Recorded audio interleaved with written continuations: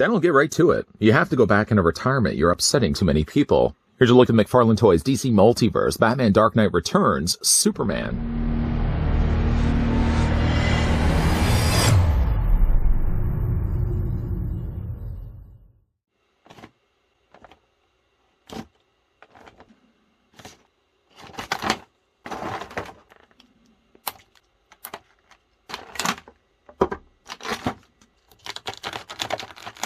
In the near future, after the Dark Knight comes out of retirement to fight crime once again, Superman is called in by the President to reason with Batman and to quell the ruckus in Gotham City. Batman, however, has no plans to stop his war on crime. What results is an epic showdown between the two superheroes to determine the fate of the Earth. You'll have to excuse me for a second. I'm just going to first of all figure out how tall Superman stands. First of all, from inches, the figure's about 6.5 inches in height. And then we can turn things around for centimeters. You're looking at a figure that's about 17 centimeters tall. Other figures? I got your other figures right here. First of all, bringing in the Batman we just finished having a look at. Proportionately, he's about the same size as Superman. Of course, he has a different head sculpt. We can also bring in Joker, who seems a little bit shorter than the Man of Steel. And we can also bring in the Carrie Kelly Robin, for obvious reasons, is going to be the smallest figure we've looked at. And she only goes to about the elbow or starting biceps section of Superman. Another comparison I thought we could also bring in is another Superman we looked at. This one happens to be the DC Rebirth. And just move Joker over. Sorry, Joker, just move him over slightly. Put in Joker there so you guys can see. He's not as tall as the Dark Knight Returns Superman. And this Superman also is a lot bigger and bulkier, too. We'll look at the horse parts in a second. First, though, Superman comes included with a trading card. Now, in the trading card depicts, of course, this figure in a flight pose. You can't quite pull that off because, unfortunately, this figure, yet again, doesn't come included with a flight stand. The figure, yes, does come included with a regular stand, but I think in a case like this, flight stand should always be the go-to when it comes to the Man of Steel. Still, though, despite the fact he's lacking in the stand department, I do like the way they've at least depicted the Man of Steel here. Superman, as you can see, it looks like it's got some flames and stuff behind him. That's rather interesting. What also seems interesting, too, is this stand right here. That's nowhere to be found with Superman. But we did get, or we are getting, a Superman Battle Armor Batman. In fact, I've already picked up the set. We will be looking at an upcoming review. And it has a stand very similar to this, although I don't think it's identical. Flipping around onto the back, a real name is Kal-El Clark Kent, with a substantial read-up. You can either pause and read for yourself. I only read from, like, this part down, because all the top part was the same stuff we always get with all the Superman cards. I felt like I didn't want to bog things down by just reading the whole entire thing again. I only read again from the part that was the most relevant. It was kind of like, oh, it was right there, in the near future. I read that down. You can do the exact same thing as well if you want. Gonna put that to the side. And like I said, the figure comes included with the same type of display stand as we get with all the DC Multiverse figures. I just want to rectify things so you can see. There's the DC logo down below there. And then there's, of course, the singular peg. That's going to be good, coming in handy. This Superman's a little teetering when it comes to him standing properly. I think a lot of it has to do with the ankle joints. We're going to talk more about that. Well, not right away. Not right away. We're going to talk about it a little bit later into this review. And then, if you are hungry, a nice meaty chunk of a horse that you can snack away at. Or you can, of course, finish off the horse, which I so happen to have. Well, I've got this part of the horse done.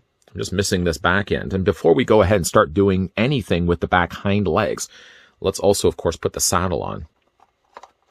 I forgot it last time. I didn't want to forget it this time because I knew it would be probably a big hassle to try to get that around its body after the fact.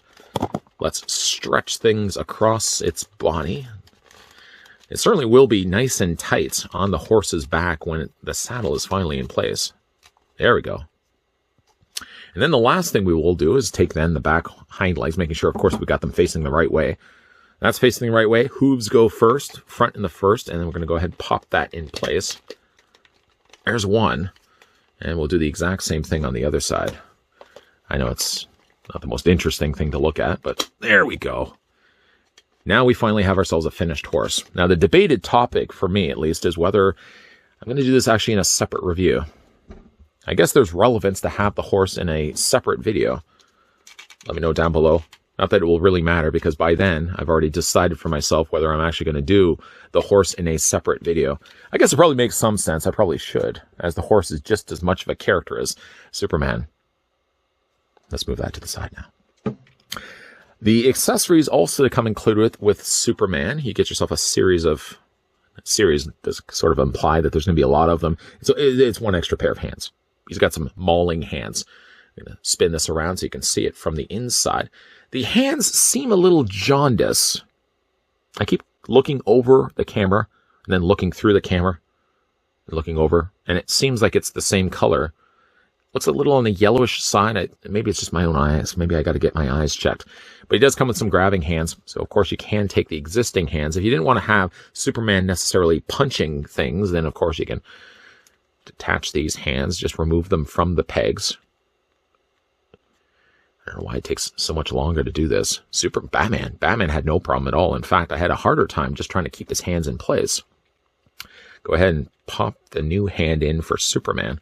And if you're having, by the way, any issues, almost seems like as if I'm having issues, you can certainly use the hot water trick as well. There we go. Now, this would be good for him to reason with Batman. Doesn't always have to be the case that he has to be mauling things with his hands. Let's take this and approach this from a more sensible standpoint. Maybe he's even just offering up his hand to Batman, just saying, you don't have to be doing this, Bruce. Come quietly. Or, of course, then I'm going to use this hand, and then we're going to have some serious trouble. So those are the two different hands to work with. He doesn't have, funny enough, have his flight hands, the typical flat palms that you usually get with Superman. But then again, he doesn't come with a flight stand either. So that's probably one of the reasons why they didn't bother with it. Getting, though, a closer look at Superman's head sculpt. If you like the look of the DC, the Dark Knight Returns comic run, then the Superman actually does a good job of looking like he does from the comics. If you're not crazy about the design, then you're probably going to end up passing on this figure altogether. He's very boxy. He has a very squared off chin. Coloring on this guy, again, I still feel like I'm looking at him, and he looks a little yellowish for me. Let me know down below in the comment section if you think he looks a little yellow. The hair is nicely sculpted, painted pretty good in black. Although looking at it, it seems to have just a little bit of a shimmer to it. Maybe there was just a little bit of glue or something that ended up onto the top of Superman's head that you can see, right there. You can see a little bit of light bouncing off the top of his head. Who really cares? I know who really cares. The head sculpt is good for what it is. At least to this one, it looks closer to looking like Superman from the comics than Joker looked like from the comics. Head sculpt, like I said, is pretty good.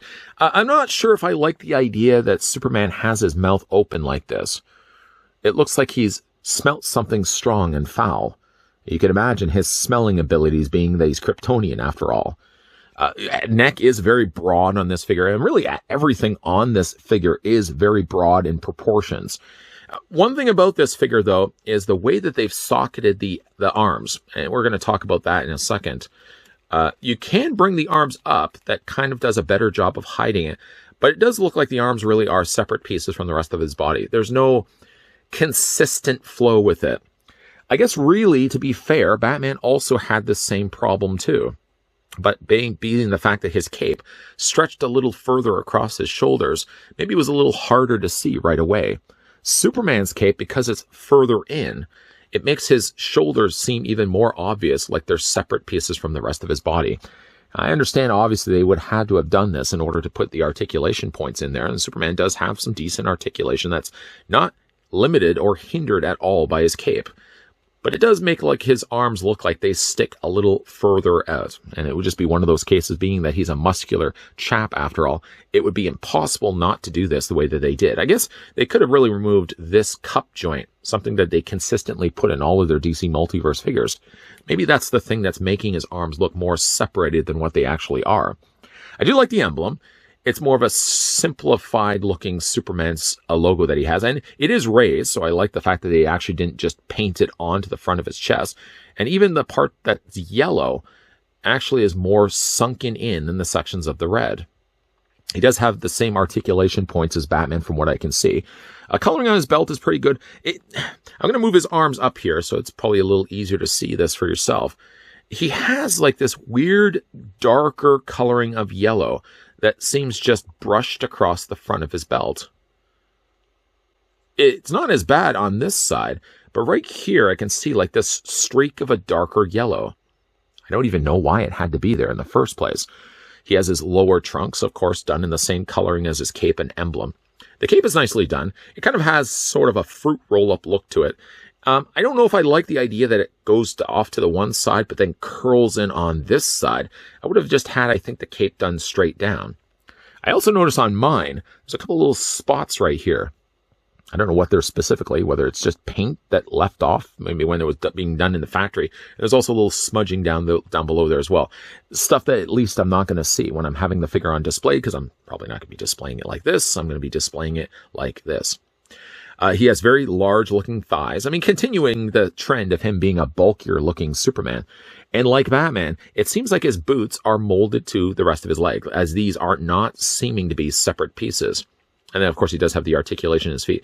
Again, we'll talk more about in a second. It's not a bad-looking Batman, not a bad-looking Superman. I want to correct myself there for a second. It's much better, I think, than the Joker. And unlike the Joker, I think it looks a lot more like his comic counterpart.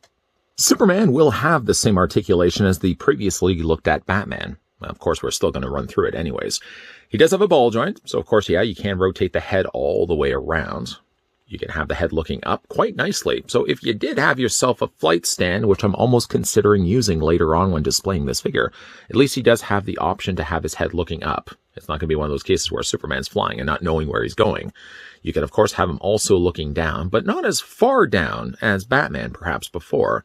The head can also look back and forth, rock back and forth this way, and yeah, again, we rotate all the way around. As for his arms, at least to the credit of Superman here, his arms are tight. Not the same problem I had with Batman. His arms, of course, can rotate all the way around. He has the concealing cup joint that hides the joint on the inside of the shoulder. It doesn't limit, again, because he doesn't have the cape stretching as far out. Superman's arms can easily pull off that 90-degree angle bend. Similar to the Batman we looked at before, he doesn't have a bicep swivel. What he has instead is one singular peg right here, one singular hinge right there, that allows the forearm to rotate back and forth. He sacrifices the ball joint swivel, or the swivel in the bicep, I guess just to keep the consistent sculpting in place. At least it doesn't break things up there. Hands rotate. Doesn't matter necessarily what hands you decide to go with, but he does rotate all the way around on the hands. They hinge also back and forth, and similar as well to both Batman. He does also have the upper torso ball joint. And just below his trunks, his belt specifically, he does also have a secondary ball joint. There's one right there. There's one right there. He also has the splits on the legs, which seem once again to be relying on ratcheted joints. You can take the legs and bring them forward. You can bring them back. This is softer plastic, by the way, just in case anybody was curious. These allows not only to hide the joints, but also because they're using softer plastic, it allows the legs to hinge outward and you're not fighting against harder plastic. Figure does have a double hinge on the knee. And as we've already discussed, he doesn't actually have articulation here. This seems like it's all probably been molded the same and painted differently, of course, down for the boots. Now, when it comes to his ankles are tight, which is not a bad thing at all. But when I did take this out of the packaging, this one foot, it's still even the case. I'm probably going to have to heat this up. You can see it kind of leans inward. And enough, it seems to be giving me problems having the figure properly standing. This foot isn't so bad. But this foot right here, as you can see, well, not when I do it, but if you leave it just on its own accord, it looks like it's leaning inward. I'm going to have just to heat the peg up just a little bit, see if I can straighten that out. But anyways, the foot does rotate all the way around. He does have a hinge joint up and down this way, and then he does also have, again, the same toe articulation. Now, this Superman, as far as I can see, having not yet reviewed the set, is probably going to be the same re-released figure that we are getting in that Battle Armor Batman, which is a repack of the Battle Armor Batman we got before, but it's done in more of a comic color blue. Of course, we are going to be looking at an upcoming review. While that Superman is, I think, going to be a carryover, we aren't going to be getting necessarily this same Batman again. So in a case like this, if you don't certainly care about the idea of building yourself a horse, you almost could save yourself a little bit of this and not necessarily even pick up the Superman. I say that right now. My opinions could be completely changed, of course, when we looked at that box set. But I think you could still easily pass on this Superman and just get the one that comes included with the battle armor Batman, as I do believe, pending that review, that they are in fact the exact same figure. Being I was a bit bummed by the fact that Superman didn't come included with a flight stand, I did problem solve the matter. It wasn't much of a problem-solving matter. I just simply grabbed one of the flight stands that came included with another flight figure from the DC Multiverse line. I can certainly understand why McFarlane's team would have opted not to include a flight stand. That's extra plastic, after all. And all of the plastic budget, really, when you think about it, went into the hind legs of Batman's trusty steed horse. I would much rather have a horse with 4 legs than have it scooting around the carpet just so that Superman could have the ability to fly. And for me, I would rather just display the figures anyways. That's Superman and Batman, by the way, battling on foot anyways. That really, for me, just to complain that he didn't come include with a flight stand is bananas. He really didn't include one, or didn't need to include one in the first place. Now, whether this is the same, in fact, Superman that is going to get boxed along with that armored Batman, I guess I probably could have easily just looked at the box set, compared it along with the singular Batman, but I'm all for surprises. I would much rather wait and have you guys simply just tell me down below in the comments. No. We will, of course, look at and examine further when we look at that box set that comes included with the armored Batman. If that is really the case, and your end goal at all isn't to build the Batman horse, then really you probably could just pass on this Superman altogether and instead go directly to that box set that comes included with the armored Batman, and you're essentially getting the same type of Superman. Whether it's going to have the same head sculpt and same paint job, I can tell you yes. But whether it's going to have the same head sculpt, I think the heads are the same between the two. Again, if your end goal isn't horse building, you probably could just pass on this one and get the 2-pack. If you have no desired interest, get that 2-pack. Or yeah, your end goal is to build a horse, then obviously this is the much needed figure to not only finish the rest of the 4-figure wave, but also to build Batman's horse, which I'm still not sure whether I actually want to have as a separate review. I really didn't talk much about it at all in this video. I didn't even really show you what Batman looks like on top of the horse. I'm going to look at the horse in the next video. The key to making sure, of course, that you're not missing out on anything that we're going to be looking at, horse or otherwise, is making sure that you're hitting the subscribe button. Making sure as well that you're turning on the bell notification, and making sure that you're coming back to this channel while we have wrapped up the review for a flying Superman for the time being. The review of Batman's horse, mark it on the calendar, will be coming up in the next video. I think so, in the next video. Lots of stuff coming your way, guys. As always, thanks for watching. See you guys next time.